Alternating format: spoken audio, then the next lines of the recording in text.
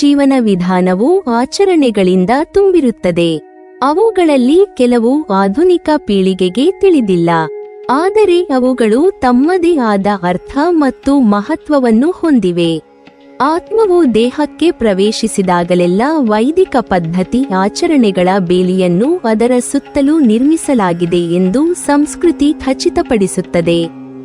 ಯಾವುದೇ ನಕಾರಾತ್ಮಕ ಅನಿಸಿಕೆಗಳನ್ನು ಆತ್ಮದ ಮೇಲೆ ಹೇರುವುದನ್ನು ತಡೆಯುತ್ತದೆ. ಅನಿಸಿಕೆಗಳಿಂದ ಪಾರಾಗುವುದು ಅನಿವಾರ್ಯ.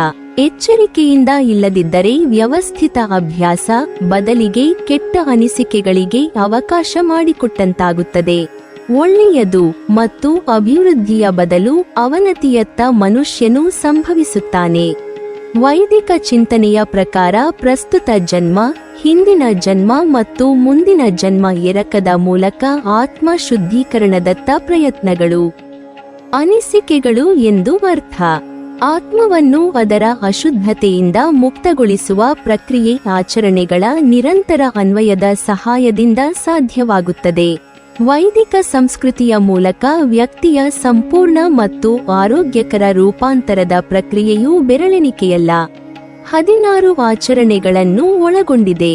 ಹಿಂದೂ ಧರ್ಮಶಾಸ್ತ್ರ ಗ್ರಂಥಗಳಲ್ಲಿ ಸಂಸ್ಕಾರಗಳ ಸಂಖ್ಯೆಯು 10 ರಿಂದ 52ರವರೆಗೆ ಹೇಳಲ್ಪಟ್ಟಿದೆ. ಮುಖ್ಯವಾಗಿ ಇರುವ ಸಂಸ್ಕಾರವು 16 ಆಗಿದ್ದು ಅವುಗಳನ್ನು ಷೋಡಶ ಸಂಸ್ಕಾರಗಳು ಎಂದು ಹೇಳುತ್ತಾರೆ. ಜೀವಿಯ ಮರಣದ ಅನಂತರ ಮಾಡುವ ಸಂಸ್ಕಾರಗಳ ಸಂಖ್ಯೆಯಲ್ಲಿಯೂ ಮತಭೇದವಿದೆ. ಮರಣೋತ್ತರ ಸಂಸ್ಕಾರಗಳಲ್ಲಿ ಮುಖ್ಯವಾಗಿ 15 ಸಂಸ್ಕಾರಗಳು ಸರ್ವಸಾಮಾನ್ಯವಾಗಿರುತ್ತವೆ. ಕೆಲವು ಸಂಸ್ಕಾರಗಳು ಗಂಡಿಗೆ ಮಾತ್ರ ಅನ್ವಯವಾಗುತ್ತವೆ, ಹೆಣ್ಣಿಗೆ ಅನ್ವಯವಾಗುವುದಿಲ್ಲ. ಕೆಲವು ಸಂಸ್ಕಾರಗಳು ಹೆಣ್ಣಿಗೆ ಮಾತ್ರ ಅನ್ವಯವಾಗುತ್ತವೆ, ಗಂಡಿಗೆ ಅನ್ವಯವಾಗುವುದಿಲ್ಲ. ಕೆಲವು ಸಂಸ್ಕಾರಗಳು ಗಂಡು ಹೆಣ್ಣಿಗೆ ಇವು ಸಮವಾಗಿ ಅನ್ವಯವಾಗುತ್ತವೆ. ಷೋಡಶ ಸಂಸ್ಕಾರಗಳು ಯಾವುವೆಂದರೆ ಗರ್ಭದಾನ ಸಂಸ್ಕಾರ, ಪುಂಸವನ ಸಂಸ್ಕಾರ, ಸೀಮಂತೋನ್ನಯನ, ಜಾತಕರ್ಮ ಸಂಸ್ಕಾರ, ನಾಮಕರಣ ಸಂಸ್ಕಾರ, ನಿಷ್ಕ್ರಮಣ ಸಂಸ್ಕಾರ, ಅನ್ನಪ್ರಾಶನ ಸಂಸ್ಕಾರ, ಚೂಡಾಕರ್ಮ ಸಂಸ್ಕಾರ, ಕರ್ಣವೇಧ ಸಂಸ್ಕಾರ, ವಿದ್ಯಾರಂಭ ಸಂಸ್ಕಾರ, ಉಪನಯನ ಸಂಸ್ಕಾರ, ವೇದಾರಂಭ ಸಂಸ್ಕಾರ, ಕೇಶಾಂತ ಸಂಸ್ಕಾರ, ಸಮಾವರ್ತನ ಸಂಸ್ಕಾರ, ವಿವಾಹ ಸಂಸ್ಕಾರ, ಅಂತ್ಯೇಷ್ಟಿ ಸಂಸ್ಕಾರ. ಪ್ರತಿಯೊಂದು ಸಂಸ್ಕಾರ ಕ್ರಿಯೆಯು ವೈದಿಕ ಮಂತ್ರ, ಯಜ್ಞ, ದಾನ ಎಂಬ 3 ತರಹದ ಧಾರ್ಮಿಕ ವಿಧಿಗಳಿಂದ ಕೂಡಿಯೇ ಆಚರಿಸಲ್ಪಡಬೇಕಾಗಿದೆ. ಧಾರ್ಮಿಕವಾದ ವಿಧಿ ಮತ್ತು ಕರ್ಮ ಆಚರಣೆಗಳು ಸಂಸ್ಕಾರ ಕ್ರಿಯೆಯಲ್ಲಿ ಸೇರಿರುತ್ತವಾಗಿದ್ದು ಒಂದನ್ನು ಬಿಟ್ಟು ಒಂದು ಇರುವುದಿಲ್ಲ. ಮಾತ್ರವಲ್ಲ, ಅವುಗಳಲ್ಲಿ ಯಾವ ಒಂದು ಅಂಶವೂ ಇಲ್ಲದಿದ್ದರೂ ಕೂಡ ಸಂಸ್ಕಾರವು ಅಪೂರ್ಣವೂ ನಿಷ್ಫಲವೂ ಆಗುತ್ತದೆ. ಸಂಸ್ಕಾರ ಕ್ರಿಯೆಗಳೆಲ್ಲವೂ ಜೀವಿಯ ಸೂಕ್ಷ್ಮ, ಸ್ಥೂಲ ಮತ್ತು ಕಾರಣ ಎಂಬ 3 ಶರೀರಗಳ ಆಧ್ಯಾತ್ಮಿಕ, ಮಾನಸಿಕ ಮತ್ತು ಶಾರೀರಿಕವಾದ ಪರಿಶುದ್ಧ ಶಕ್ತಿ ಮತ್ತು ಅಭಿವೃದ್ಧಿಗಾಗಿ ಮಾಡಲ್ಪಡುತ್ತವೆ. ಅಲ್ಲದೆ ಈ ಸಂಸ್ಕಾರಗಳಲ್ಲಿ ವ್ಯಕ್ತಿಗತವಾದ ಆತ್ಮೋನ್ನತಿಯ ತತ್ವ ಅಡಗಿರುವಂತೆ ಸಾಮಾಜಿಕವಾದ ಜೀವನದ ನೈತಿಕ, ಸಾಂಸ್ಕೃತಿಕ ಅಭಿವೃದ್ಧಿ, ಪರಸ್ಪರ ಸ್ನೇಹ ಸಹಕಾರಗಳ ವೃದ್ಧಿ ಮತ್ತು ಅವುಗಳ ರಕ್ಷಣೆಯ ತತ್ವ ಅಡಗಿರುತ್ತದೆ. ಹಾಗೆಯೇ ಸಂಸ್ಕಾರ ಕ್ರಿಯೆಗಳಲ್ಲಿ ದೇವರನ್ನು ಜೀವಿಯ ರಕ್ಷಣೆಗಾಗಿ ಪ್ರಾರ್ಥಿಸುವಿಕೆ, ಜೀವಿಯ ಸರ್ವಾಂಗೀಣ ಅಭಿವೃದ್ಧಿಗಾಗಿ ಬೇಡುವಿಕೆ, ದುಷ್ಟ ಶಕ್ತಿಗಳ ದಮನಕ್ಕೆ ಇರುವ ಪ್ರತ್ಯಕ್ಷ ಮತ್ತು ಪರೋಕ್ಷವಾದ ವಿಧಿವಿಧಾನಗಳೆಲ್ಲವೂ ಸೇರಿರುತ್ತವೆ. ಗರ್ಭದಾನ ಸಂಸ್ಕಾರ. ಗರ್ಭಾಧಾನ ಸಂಸ್ಕಾರವು ಅಕ್ಷರಶಃ ದೇಹ ಸಂಪರ್ಕದಿಂದ ಪತ್ನಿಗೆ ಗರ್ಭಧಾರಣೆ ನೀಡುವುದು. ಇದು ಪ್ರತಿ ವೈವಾಹಿಕ ಒಕ್ಕೂಟದ ನಂತರ ಮೊದಲ ಪವಿತ್ರ ವಿಧಿ. ಇಬ್ಬರೂ ಕೂಡುವ ಮೊದಲು ಹಲವಾರು ಧಾರ್ಮಿಕ ವಿಧಿಗಳು ಇವೆ. ಮೊದಲ ಲೈಂಗಿಕ ಸಂಭೋಗ ಅಥವಾ ಗರ್ಭಧಾರಣೆ ಕ್ರಿಯೆಗೆ ನಿಷೇಕ ಎಂದು ಕರೆಯಲಾಗುತ್ತದೆ. ವಿವಿಧ ಗೃಹ್ಯ ಸೂತ್ರಗಳು ಬೇರೆ ಬೇರೆ ಕ್ರಮ ಹೇಳುತ್ತವೆ. ಗರ್ಭಾಧಾನದ ಧಾರ್ಮಿಕ ವಿಧಿಯು ಮಹಿಳೆಯ ಮೊದಲ ಹೆರಿಗೆಗೆ ಮಾತ್ರ ಎಂದಿದೆ. ಕೇವಲ ಒಮ್ಮೆ ಶುದ್ಧೀಕರಿಸಿದ ಗರ್ಭವು ಶುದ್ಧ ಕ್ಷೇತ್ರವಾಗಿ ಉಳಿದಿರುತ್ತದೆ. ಆದರೆ ಕೆಲವರ ದೃಷ್ಟಿಕೋನ ಭಿನ್ನವಾಗಿರುತ್ತವೆ. ಮೊದಲ ಪ್ರಕರಣದಲ್ಲಿ ಒಮ್ಮೆ ಕ್ಷೇತ್ರವನ್ನು ಸಂಸ್ಕಾರ ಮಾಡಿದ್ದರೂ ಪ್ರತಿ ಗರ್ಭಧಾರಣ ಸಮಯದಲ್ಲಿಯೂ ಪ್ರತಿ ಬಾರಿಯೂ ಗರ್ಭ ಸಂಸ್ಕಾರ ಅಗತ್ಯವಿದೆ ಎನ್ನುತ್ತಾರೆ.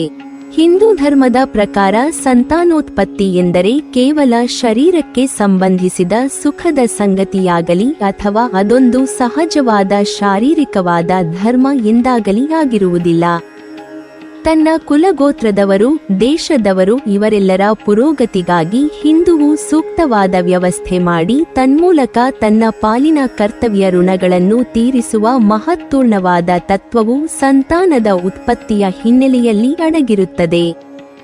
ತದನುಸಾರವಾಗಿ ಉತ್ತಮ, ಉಪಯುಕ್ತ, ಸಶಕ್ತ ಮತ್ತು ಸದೃಢವಾದ ಮಗುವನ್ನು ಪಡೆದು ಸರಿಯಾಗಿ ಬೆಳೆಸಿ ಸಮಾಜಕ್ಕೆ ಅದನ್ನು ನೀಡಿ ತನ್ಮೂಲಕ ತನ್ನ ಬಾಳಿನ ಕರ್ತವ್ಯವನ್ನು ಆ ಮಟ್ಟಿಗೆ ತೀರಿಸಬೇಕಾದುದು ಗೃಹಸ್ಥನಾದ ಪ್ರತಿಯೊಬ್ಬ ಹಿಂದೂವಿನ ಜೀವನದ ಮುಖ್ಯವಾದ ಒಂದು ಕರ್ತವ್ಯವಾಗಿದೆ. ಸೂಕ್ತವಾದ ಪೂಜೆ, ಹೋಮ, ಪ್ರಾರ್ಥನೆಗಳ ನಂತರ ಪರಿಶುದ್ಧವಾದ ಭಾವನೆಯಿಂದ ಶಾಸ್ತ್ರೋಕ್ತವಾದ ಮುಹೂರ್ತದಲ್ಲಿ ಪತಿಯ ಪತ್ನಿಯರು ಸಮಾಗಮವಾಗಿ ಗರ್ಭಾಧಾನ ಸಂಸ್ಕಾರ ಕ್ರಿಯೆಯು ನಡೆಯಬೇಕು ಎಂದು ಹಿಂದೂ ಧರ್ಮದ ಗ್ರಂಥಗಳಲ್ಲಿ ವಿಸ್ತಾರವಾಗಿ ಹೇಳಲಾಗಿದೆ. ಜೀವನು ದೇಹಧಾರಿಯಾಗಿ ಜಗದಲ್ಲಿ ಜನ್ಮ ತಳೆಯಲು ಇರುವ ಆರಂಭದ ಕ್ರಿಯೆಯು ಗರ್ಭಾಧಾನ ಸಂಸ್ಕಾರ ಆಗಿರುತ್ತದೆ. ಪುಂಸವನ ಸಂಸ್ಕಾರ ಸುದೃಢವಾದ, ಸಾರ್ಥಕವಾದ ಯೋಗ್ಯ ಮಗು ಜನಿಸಲಿ ಎಂದು ಸ್ತ್ರೀಯು ಗರ್ಭವತಿಯಾದ ನಂತರ 3 ಅಥವಾ 4ನೇ ತಿಂಗಳಲ್ಲಿ ಆಚರಿಸುವ ಸಂಸ್ಕಾರವೇ ಪುಂಸವನ.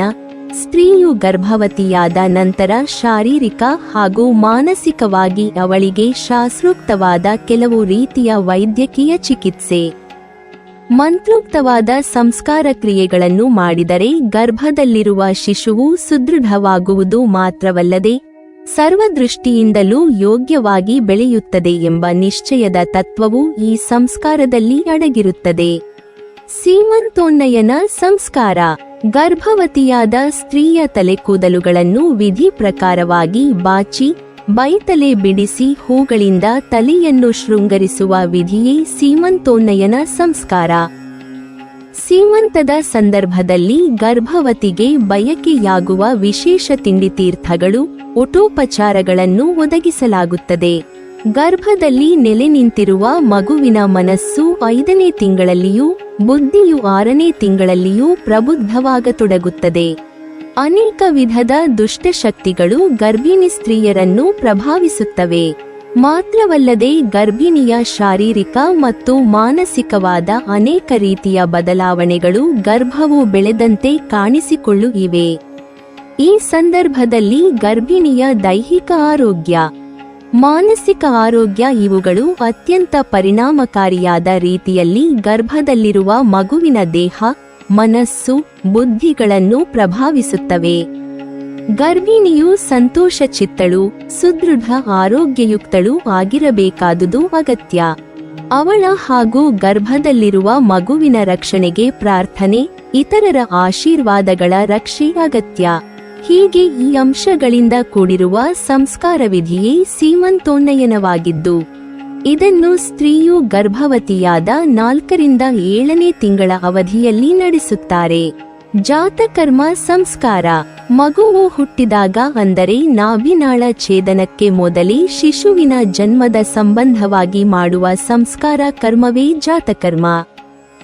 ಮಗುವನ್ನು ಕುಟುಂಬಕ್ಕೆ ಸಂಸ್ಕಾರಕ್ಕೆ ತಂದೆಯಾದವನು ಸ್ವಾಗತಿಸಿ ಮಗುವಿನ ದೀರ್ಘಾಯುಷ್ಯ, ಸಮೃದ್ಧಿ, ಸಂಪತ್ತುಗಳಿಗಾಗಿ ಪ್ರಾರ್ಥನೆಯನ್ನು ಸಲ್ಲಿಸುವುದು ಈ ಸಂಸ್ಕಾರದಲ್ಲಿ ಅಡಗಿರುವ ಕ್ರಿಯಾಂಶವಾಗಿದೆ. ಹುಟ್ಟಿದ ಪ್ರತಿಯೊಂದು ಮಗುವು ಕುಟುಂಬಕ್ಕೆ, ಸಮಾಜಕ್ಕೆ ಅಂತೂ ಒಟ್ಟಾಗಿ ಜಗತ್ತಿಗೆ ಹಿತ ಹಾಗೂ ಕಲ್ಯಾಣಗಳನ್ನುಂಟು ಮಾಡಲು ಬಂದ ದೇವರ ಅನುಗ್ರಹದ ಪ್ರತೀಕ ಎಂಬ ಭಾವನಾ ದೃಷ್ಟಿಯು ಹಿಂದೂ ಧರ್ಮದಲ್ಲಿ ಸ್ಪಷ್ಟವಾಗಿ ವ್ಯಕ್ತಪಡಿಸಲ್ಪಟ್ಟಿದೆ. ಆದುದರಿಂದಲೇ ವಿಶೇಷವಾದ ಹರ್ಷ, ಪ್ರಾರ್ಥನೆ, ಸ್ವಾಗತಗಳಿಂದ ಮಗುವಿನ ಜಾತಕರ್ಮದ ನಿರ್ವಹಣೆಯ ಕ್ರಮವು ಈ ಸಂಸ್ಕಾರದಲ್ಲಿ ಅಡಗಿರುತ್ತದೆ. ನಾಮಕರಣ ಸಂಸ್ಕಾರ ಜಗತ್ತಿನಲ್ಲಿ ಜನ್ಮ ತಳೆದ ಶಿಶುವಿಗೆ ವಿಧಿ ಪ್ರಕಾರ ಹೆಸರಿಡುವ ಸಂಸ್ಕಾರ ಕ್ರಿಯೆಯೇ ನಾಮಕರಣ. ಜನ್ಮ ತಳೆದ ಶಿಶುವು ಗಂಡಾದರೆ ಜನ್ಮ ತಳೆದ ನಂತರದ 12ನೇ ದಿವಸದಲ್ಲಿ ಹೆಣ್ಣಾದರೆ 11ನೇ ದಿವಸದಲ್ಲಿ ವಿಧಿ ಪ್ರಕಾರ ನಾಮಕರಣ ಸಂಸ್ಕಾರವನ್ನು ನೆರವೇರಿಸುತ್ತಾರೆ. ನಾಮಕರಣದ ದಿವಸಗಳ ಬಗೆಗೆ ಸೂತ್ರಕಾರರಲ್ಲಿ ಮತಭೇದವಿದ್ದು, ಆಯಾಯ ಸೂತ್ರಕಾರರ ಸಂಪ್ರದಾಯದವರು ತಮ್ಮ ಸಂಪ್ರದಾಯದಂತೆ ಈ ವಿಚಾರವಾಗಿ ನಡೆದುಕೊಳ್ಳುತ್ತಾರೆ. ಶಿಶುವು ಜಗತ್ತಿನಲ್ಲಿ ಬಾಳುವ ಅವಧಿಯಲ್ಲಿ ಅದನ್ನು ರಕ್ಷಿಸಲು ಮಾರ್ಗದರ್ಶನವಿತ್ತು. ಮುನ್ನಡೆಸಲು ಎಲ್ಲ ದೃಷ್ಟಿಯಿಂದಲೂ ಸಹಕಾರಿಯಾಗುವಂತೆ ಸಾಮಾನ್ಯವಾಗಿ ದೇವರ ಹೆಸರನ್ನು ಶಿಶುವಿಗೆ ಇಡುವ ಕ್ರಮವಿದೆ. ತತ್ವ, ಸಮಾಜ, ಕುಲ, ಇಷ್ಟ ದೇವತೆ, ಧರ್ಮ, ವರ್ಣ ಇವುಗಳೆಲ್ಲದರ ಪರಿಶೀಲನೆ ಹಾಗೂ ಆಧಾರಗಳು ಹೆಸರಿಡುವ ಸಂಸ್ಕಾರದಲ್ಲಿ ಅಡಕವಾಗಿವೆ. ಮಗುವು ಜನಿಸಿದ ನಕ್ಷತ್ರ, ರಾಶಿ, ಘಳಿಗೆ ಇತ್ಯಾದಿ ಜ್ಯೋತಿಷ್ಯಾಸ್ತ್ರ ಸಂಬಂಧವಾದ ವಿಚಾರಗಳನ್ನು ಪರಿಶೀಲಿಸಿ ತದನುಸಾರವಾಗಿ ನಾಮಕರಣವನ್ನು ಮಾಡಬೇಕಾಗಿರುವುದು ಈ ಸಂಸ್ಕಾರದಲ್ಲಿ ಅಡಗಿರುವ ಮುಖ್ಯಾಂಶವಾಗಿರುತ್ತದೆ. ನಿಷ್ಕ್ರಮಣ ಸಂಸ್ಕಾರ. ಮಗುವನ್ನು ಪ್ರಥಮ ಬಾರಿಗೆ ಮನೆಯಿಂದ ಹೊರಗೆ ಕರೆತರುವ ಸಂಸ್ಕಾರವೇ ನಿಷ್ಕ್ರಮಣ ಸಂಸ್ಕಾರ. ಜಗತ್ತಿನಲ್ಲಿ ಜನ್ಮ ತಳೆದ ಶಿಶುವು ಬೆಳೆದಂತೆ ಅದು ಜಗತ್ತಿನ ಸ್ಥಿತಿಗತಿ, ವಾತಾವರಣಗಳಿಗೆ ಹೊಂದಿಕೊಂಡು ತನ್ನ ಶಾರೀರಿಕ, ಮಾನಸಿಕ, ಆಧ್ಯಾತ್ಮಿಕ ಬೆಳವಣಿಗೆಯನ್ನು ಪಡೆಯಬೇಕಾಗುತ್ತದೆ. ಇದಕ್ಕೆ ಅನುಕೂಲವಾಗಲು ಮನೆಯಿಂದ ಹೊರಗೆ ಮಗುವನ್ನು ಆಡಿಸುವುದು, ಬೆಳೆಸುವುದು, ಅಂತೂ ಪ್ರಕೃತಿಯೊಡನೆ ಅದು ಬೆರೆಯುವುದು ಅಗತ್ಯ. ಇನ್ನೂ ಕೂಡ ಬೆಳೆದಿರದ ಮಗುವಿಗೆ ಬಾಹ್ಯ ಪ್ರಪಂಚದಲ್ಲಿ ಅನೇಕ ರೀತಿಯ ದುಷ್ಟಶಕ್ತಿಗಳ ಪ್ರಭಾವ, ತೊಂದರೆಗಳು ಅನಿವಾರ್ಯವಾಗಿ ಲಭಿಸುತ್ತಿವೆ. ಅದಕ್ಕಾಗಿ ಸೂಕ್ತವಾದ ಪ್ರಾರ್ಥನೆ, ಮಂತ್ರರಕ್ಷಣೆ ಇವುಗಳಿಂದ ಕೂಡಿ ಮಗುವನ್ನು ವಿಧಿಯುಕ್ತವಾಗಿ ಮನೆಯಿಂದ ಹೊರತರುತ್ತಾರೆ. ಸಾಮಾನ್ಯವಾಗಿ ದೇವಸ್ಥಾನ ಇಲ್ಲವೇ ಗುರುಮಠಗಳಿಗೆ ಮಗುವನ್ನು ಪ್ರಥಮತಃ ಕರೆದುಕೊಂಡು ತೆರಳಿ ಆಶೀರ್ವಾದ ಪಡೆಯುವ ವಾಡಿಕೆಯಿದೆ. ಮಗುವು ಜನಿಸಿದ ನಂತರ 4ನೇ ತಿಂಗಳಲ್ಲಿ ಈ ನಿಷ್ಕ್ರಮಣ ಸಂಸ್ಕಾರವನ್ನು ನಡೆಸುವುದಾಗಿದೆ. ಅನ್ನಪ್ರಾಶನ ಸಂಸ್ಕಾರ. ಮಗುವಿಗೆ ಅನ್ನ ಆದಿಯಾದ ಗಟ್ಟಿ ಆಹಾರವನ್ನು ನೀಡಲು ಪ್ರಾರಂಭಿಸುವ ಸಂಸ್ಕಾರವೇ ಅನ್ನಪ್ರಾಶನ ಸಂಸ್ಕಾರವಾಗಿರುತ್ತದೆ.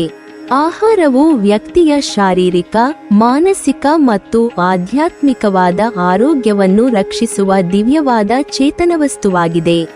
ಹಾಗಾಗಿ ಮಗುವಿಗೆ ಪ್ರಥಮತಃ ಆಹಾರವನ್ನು ಅನ್ನರೂಪದಲ್ಲಿ ನೀಡಿ ಅದು ಜಗತ್ತಿನಲ್ಲಿ ಅನ್ನಾದಿ ಆಹಾರವನ್ನು ಸ್ವೀಕರಿಸಿ ಬದುಕಬೇಕೆಂಬುದರ ತತ್ವವನ್ನು ಆಧರಿಸಿ ಸೂಕ್ತವಾದ ಮಂತ್ರ, ಪೂಜೆ, ಪ್ರಾರ್ಥನೆಗಳ ಸಹಿತವಾಗಿ ಈ ಸಂಸ್ಕಾರದ ಮೂಲಕ ಪ್ರಥಮ ಬಾರಿ ಮಗುವಿಗೆ ವಿಧಿಯುಕ್ತವಾಗಿ ಅನ್ನವನ್ನು ನೀಡಲಾಗುತ್ತದೆ.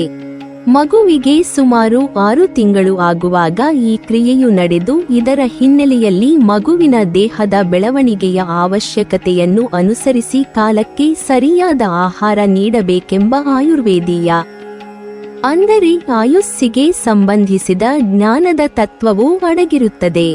ಚೂಡಾಕರ್ಮ ಸಂಸ್ಕಾರ. ಮಗುವಿನ ಕೂದಲುಗಳನ್ನು ಪ್ರಥಮ ಬಾರಿ ಕತ್ತರಿಸುವಾಗ ಮಾಡುವ ಸಂಸ್ಕಾರವೇ ಚೂಡಾಕರ್ಮ. ಕೂದಲು ಮತ್ತು ಉಗುರುಗಳು ಇತ್ಯಾದಿಗಳನ್ನು ಸಕಾಲದಲ್ಲಿ ಕತ್ತರಿಸಿ ಕೊಳೆ ತೊಳೆದು ಶರೀರವನ್ನು ಶುಚಿಯಾಗಿ ಇಟ್ಟುಕೊಳ್ಳುವುದು ಆರೋಗ್ಯ ದೃಷ್ಟಿಯಿಂದ ಅಗತ್ಯ. ಹೆಣ್ಣು ಮಗುವಾದರೆ ಕೂದಲುಗಳನ್ನು ಸಿಂಗರಿಸಿಟ್ಟುಕೊಳ್ಳಬೇಕು, ಉಗುರುಗಳನ್ನು ತೆಗೆಯಬೇಕು. ಶರೀರದ ಶುಚಿಯನ್ನು, ಆರೋಗ್ಯವನ್ನು ರಕ್ಷಿಸಲು ಜಾಗರೂಕವಾಗಿರಬೇಕು ಎಂಬ ತತ್ವವನ್ನು ಆಧರಿಸಿ ಈ ಸಂಸ್ಕಾರ ಹುಟ್ಟಿದೆ ಎಂದು ಹೇಳಬಹುದು.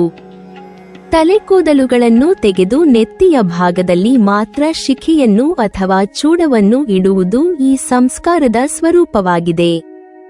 ನೆತ್ತಿಯಲ್ಲಿ ಬಹಳ ಸೂಕ್ಷ್ಮವಾದ ಶಿರಸಂಧಿಯೊಂದು ಇದ್ದು ಅದನ್ನು ಕಾಪಾಡುವುದಕ್ಕಾಗಿ ಕೂದಲುಗಳನ್ನು ಇಡಬೇಕು ಎಂಬ ತತ್ವ ಇದರಲ್ಲಿ ಅಡಗಿದೆ ಎಂಬುದು ಆಯುರ್ವೇದ ಗ್ರಂಥ ಸುಶ್ರುತ ಸಂಹಿತೆಯಿಂದ ತಿಳಿದುಬರುತ್ತದೆ. ಶರೀರ ಸ್ಥಾನ ಅಧ್ಯಾಯ 2ರಲ್ಲಿ ಉಲ್ಲೇಖವಾಗಿದೆ. ಈ ಸಂಸ್ಕಾರವನ್ನು ಮಗುವಿಗೆ 1 ವರ್ಷ ತುಂಬಿದಾಗ ಅಥವಾ 3ನೇ ವರ್ಷದ ಮುಕ್ತಾಯದ ಒಳಗೆ ನಡೆಸುತ್ತಾರೆ. ಈ ಸಂಸಾರಕ್ಕೆ ಚೌಲ ಎಂಬ ಇನ್ನೊಂದು ಹೆಸರು ರೂಢಿಯಲ್ಲಿದೆ. ಕರ್ಣವೇಧ ಸಂಸ್ಕಾರ. ಕಿವಿಗಳ ಹೊರಮೈಯ ಕೆಳಭಾಗವನ್ನು, ಎಂದರೆ ಆಭರಣಗಳನ್ನು ಧರಿಸುವ ಭಾಗವನ್ನು ಪ್ರಥಮ ಬಾರಿಗೆ ತೂತು ಮಾಡಿ ಆಭರಣ ತೊಡಿಸುವ ಸಂಸ್ಕಾರ ಕ್ರಿಯೆಯೇ ಕರ್ಣವೇಧ. ಈ ಕ್ರಿಯೆಯಲ್ಲಿ ಆಯುರ್ವೇದ ಶಾಸ್ತ್ರದ ಪ್ರಕಾರ ಆರೋಗ್ಯ ತತ್ವ, ಶೃಂಗಾರ ತತ್ವ ಮತ್ತು ಪ್ರಕೃತಿಯಲ್ಲಿರುವ ಅನೇಕ ವಿಧದ ದುಷ್ಟಶಕ್ತಿಗಳ ಪ್ರಭಾವದಿಂದ ಪಾರಾಗುವ ರಕ್ಷಣಾ ತತ್ವ ಅಡಗಿರುತ್ತದೆ. ಕಿವಿಗಳನ್ನು ಚುಚ್ಚುವುದರಿಂದ ಅಂಡವಾಯು ಇತ್ಯಾದಿ ಕೆಲವು ವಿಧದ ಕಾಯಿಲೆಗಳು ಬರುವುದಿಲ್ಲ. ಇದನ್ನು ಸಹ ಸುಶ್ರುತ ಸಂಹಿತೆಯಲ್ಲಿ ಹೇಳಲಾಗಿದೆ. ವ್ಯಕ್ತಿಯ ಭೂಷಣ, ಅಲಂಕಾರ ಹಾಗೂ ಸೂಕ್ಷ್ಮವಾದ ಕೆಲವು ಪ್ರಕೃತಿ ಶಕ್ತಿಗಳ ಪ್ರಭಾವಗಳಿಂದ ರಕ್ಷಣೆ, ಇವುಗಳಿಗೆ ಕರ್ಣವೇಧ ಸಂಸ್ಕಾರವು ಸಹಕಾರಿಯಾಗುತ್ತದೆ. ಈ ಸಂಸ್ಕಾರವನ್ನು ಮಗುವಿನ 1ನೇ ಮತ್ತು 4ನೇ ವಯಸ್ಸಿನ ಅವಧಿಯ ಒಳಗೆ ನೆರವೇರಿಸುತ್ತಾರೆ. ವಿದ್ಯಾರಂಭ ಸಂಸ್ಕಾರ. ಮಗುವಿಗೆ ಅಕ್ಷರಾಭ್ಯಾಸವನ್ನು ಮಾಡಿಸುವ ಸಂಸ್ಕಾರವೇ ವಿದ್ಯಾರಂಭ ಸಂಸ್ಕಾರ. ಮಗುವಿಗೆ ಜ್ಞಾನನಿಧಿಯ ಕುರಿತಾದ ಸರಿಯಾದ ತಿಳುವಳಿಕೆಯಾಗಲು ಅಕ್ಷರಾಭ್ಯಾಸ ಸಮಾರಂಭವು ಸೂಕ್ತವಾದ ರೀತಿಯಲ್ಲಿ ಉತ್ಸಾಹ ಮತ್ತು ಪ್ರೋತ್ಸಾಹವನ್ನು ನೀಡುತ್ತದೆ. ಮಗುವು ವಿದ್ಯಾರ್ಜನೆಯನ್ನು ಮಾಡಿ ಜಗತ್ತಿನಲ್ಲಿ ಸಾಹಸ, ಸಾರ್ಥಕತೆಗಳಿಂದ ಬಾಳಿ ಬೆಳಗಲು ತಯಾರಾಗುವಂತೆ ಈ ಸಂಸ್ಕಾರವು ಜೀವಿಯ ಜೀವನದ ಅಡಿಪಾಯವನ್ನು ನಿರ್ಮಿಸುತ್ತದೆ. ಉಪನಯನ ಸಂಸ್ಕಾರ. ಮಗುವಿಗೆ ಸೂಕ್ತವಾದ ವಿದ್ಯಾಭ್ಯಾಸವನ್ನು ಯೋಗ್ಯವಾದ ಗುರುವಿನಿಂದ ಕೊಡಿಸಲು ವ್ಯವಸ್ಥೆ ಮಾಡುವ ಸಂಸ್ಕಾರವೇ ಉಪನಯನ ಸಂಸ್ಕಾರ. ಗುರುವಿನ ಹತ್ತಿರ ಮಗುವನ್ನು ಕರೆದು ತರುವುದು ಎಂದು ಉಪನಯನದ ಶಬ್ದದ ಅರ್ಥವಾಗುತ್ತದೆ. ಉಪನಯನದಿಂದಾಗಿ ಮಗುವಿಗೆ ಸಾಂಸ್ಕೃತಿಕ ಹಾಗೂ ಆಧ್ಯಾತ್ಮಿಕವಾದ ಜನ್ಮ ದೊರಕಿದಂತೆ ಆಗುತ್ತದೆ. ಎಂದರೆ ಉಪನಯನ ಸಂಸ್ಕಾರದ ಅನಂತರ ಜೀವಿಯು ಆಧ್ಯಾತ್ಮಿಕ ಹಾಗೂ ಸಾಂಸ್ಕೃತಿಕವಾದ ವಿಚಾರಗಳನ್ನು ತಿಳಿಯ ಹೊರಡುತ್ತಾನೆ. ಜೀವನಕ್ಕೆ ಬೇಕಾದ ಬೌದ್ಧಿಕ, ಶಾರೀರಿಕ, ಆಧ್ಯಾತ್ಮಿಕ ತಯಾರಿಗಳನ್ನು ಮಾಡಹೊರಡುತ್ತಾನೆ. ಹಾಗಾಗಿ ಅವನು ಹೊಸ ಪ್ರಪಂಚಕ್ಕೆ ಬಂದು ಅದರಲ್ಲಿ ಹುಟ್ಟಿದಂತಾಗುತ್ತದೆ. ಆದ್ದರಿಂದ ಅವನು ದ್ವಿಜ, ಅಂದರೆ 2ನೇ ಬಾರಿ ಹುಟ್ಟಿದವನು ಆಗುತ್ತಾನೆ. ಉಪನಯನ ಸಂಸ್ಕಾರದ ನಂತರ ಬಾಲಕನು ವೇದಾಧ್ಯಯನ ಹಾಗೂ ಇತರ ವಿದ್ಯಾಭ್ಯಾಸಕ್ಕೆ ಅರ್ಹನಾಗುತ್ತಾನೆ. ಉಪನಯನ ಸಂಸ್ಕಾರದಲ್ಲಿ ಪವಿತ್ರ ಗಾಯತ್ರಿ ಮಂತ್ರದ ಉಪದೇಶ ಪಡೆಯುವಿಕೆ ಮತ್ತು ಯಜ್ಞೋಪವೀತ ಎಂಬ ಸಾಂಕೇತಿಕವಾದ ಪವಿತ್ರ ದಾರವನ್ನು ಶರೀರದಲ್ಲಿ ಧರಿಸುವಿಕೆ ಎಂಬ ಈ 2 ವಿಚಾರಗಳು ಮುಖ್ಯವಾದವುಗಳಾಗಿವೆ. ಉಪನಯನದ ನಂತರ ವಿದ್ಯಾರ್ಥಿಯು ಗುರುವಿನ ಗೃಹದಲ್ಲಿ ವಾಸಿಸುತ್ತಾ ಬ್ರಹ್ಮಚಾರಿಯಾಗಿ ಬಾಳುತ್ತಾ ವಿದ್ಯಾಭ್ಯಾಸ ಪಡೆಯುತ್ತಾನೆ. ಮಗುವಿಗೆ 8 ವರ್ಷದಿಂದ 16 ವರ್ಷದೊಳಗೆ ಉಪನಯನವನ್ನು ಮಾಡುತ್ತಾರೆ. ವೇದಾರಂಭ ಸಂಸ್ಕಾರ. ಮುಖ್ಯವಾಗಿ ತಾನು ಜನ್ಮ ತಳೆದಿರುವ ಕುಟುಂಬದ ವೇದಶಾಖೆಗಳನ್ನು ಅನುಸರಿಸಿ ಅದಕ್ಕೆ ಸಂಬಂಧಿಸಿದ ವೇದದ ಅಧ್ಯಯನದ ಆರಂಭವೇ ವೇದಾರಂಭ ಸಂಸ್ಕಾರ. ಈ ಸಂಸ್ಕಾರದಿಂದ ವಿದ್ಯಾರ್ಥಿಯು ಇತರ ಯುಕ್ತವಾದ ಜೀವನಾವಶ್ಯಕವಾದ ವಿದ್ಯೆಗಳ ಕಲಿಯುವಿಕೆ ಮಾತ್ರವಲ್ಲದೆ ತನ್ನ ಕುಲಗೋತ್ರಗಳಿಗೆ ಅನ್ವಯವಾದ ವೈದಿಕ ಶಾಖೆಯ ವಿದ್ಯೆಯನ್ನು ಕಲಿಯುವುದಕ್ಕೆ ಅನುಕೂಲವಾಗುತ್ತದೆ. ವೇದ ವಿದ್ಯೆಯ ಅರಿವು ಜೀವನಕ್ಕೆ ಅತ್ಯಂತ ಅಗತ್ಯ ಎಂಬುದರ ಸೂಚಕವಾಗಿಯೇ ಈ ಸಂಸ್ಕಾರವು ನಡೆಸಲ್ಪಡುತ್ತದೆ. ಉಪನಯನದ ಅನಂತರ ಈ ಸಂಸ್ಕಾರ ಮಾಡಲ್ಪಡುತ್ತದೆ. ಕೇಶಾಂತ ಸಂಸ್ಕಾರ. ವಿದ್ಯಾರ್ಥಿಯು ಗುರುವಿನೊಡನೆ ಇದ್ದು ವಿದ್ಯಾಭ್ಯಾಸ ಮುಗಿಸಿ ತನ್ನ ಮನೆಗೆ ಹಿಂತಿರುಗುವ ಕಾಲದಲ್ಲಿ ಮಾಡುವ ಗಡ್ಡ ಕೂದಲುಗಳ ಕ್ಷೌರ ಸಂಸ್ಕಾರವೇ ಕೇಶಾಂತ ಸಂಸ್ಕಾರ. ಇದನ್ನು ಗೋದಾವ ಸಂಸ್ಕಾರ ಎಂದು ಹೇಳುವುದಿದೆ. ವಿದ್ಯಾರ್ಥಿಯು ಯೌವನದ ಅವಸ್ಥೆಗೆ ಕಾಲಿಟ್ಟು ತಾನಿನ್ನು ಗೃಹಸ್ಥನಾಗಲು ಮರಳಿ ತನ್ನ ಮನೆಗೆ ಬರುತ್ತಾನೆ. ಬರುವ ಮುನ್ನ ಈ ಸಂಸ್ಕಾರವು ನೆರವೇರಿಸಲ್ಪಡುತ್ತದೆ. ಕೇಶಾಂತ ಸಂಸ್ಕಾರದ ಅಂತ್ಯದಲ್ಲಿ ಗುರುವಿಗೆ ಗೋವನ್ನು ದಾನವಾಗಿ ಕೊಡಬೇಕಾದ್ದರಿಂದ ಕೊಡುವ ಕ್ರಮವಿರುವುದರಿಂದ ಇದನ್ನು ಗೋದಾನ ಸಂಸ್ಕಾರ ಎಂದು ಕರೆಯಲಾಗಿದೆ. ಈ ಸಂಸ್ಕಾರವನ್ನು ಸಾಮಾನ್ಯವಾಗಿ ವಿದ್ಯಾರ್ಥಿಗೆ 16 ವರ್ಷವಾದ ನಂತರ ಮಾಡುವುದಾಗಿದೆ. ಒಟ್ಟಿನಲ್ಲಿ ವಿದ್ಯಾಭ್ಯಾಸ ಮುಕ್ತಾಯದ ವೇಳೆ ಈ ಸಂಸ್ಕಾರವು ನಡೆಸಲ್ಪಡುವುದು. ಸಮಾವರ್ತನ ಸಂಸ್ಕಾರ. ವಿದ್ಯಾರ್ಥಿಯು ಗುರುಕುಲದಲ್ಲಿ ತನ್ನ ವಿದ್ಯಾಭ್ಯಾಸವನ್ನು ಮುಗಿಸಿ ಮರಳಿ ಮನೆಗೆ ಬರುವ ಸಂದರ್ಭದಲ್ಲಿ ಗುರುಕುಲದಲ್ಲಿ ನಡೆಸುವ ಸಂಸ್ಕಾರವೇ ಸಮಾವರ್ತನ ಸಂಸ್ಕಾರ. ವಿದ್ಯಾಪಾರಂಗತನಾದ ಗುರುಕುಲವಾಸಿಯು ವಿದ್ಯಾರ್ಥಿ ದಶೆಯಿಂದ ಗೃಹಸ್ಥಾಶ್ರಮದ ಹಂತಕ್ಕೆ ಏರಲು ಅರ್ಹನಾಗುತ್ತಾನೆ. ವಿದ್ಯೆಯಲ್ಲಿ ಪಾರಂಗತನಾದವನು ಅವನೃತ ಸ್ನಾನ ಮಾಡಿದವನು ಸ್ನಾತಕನು.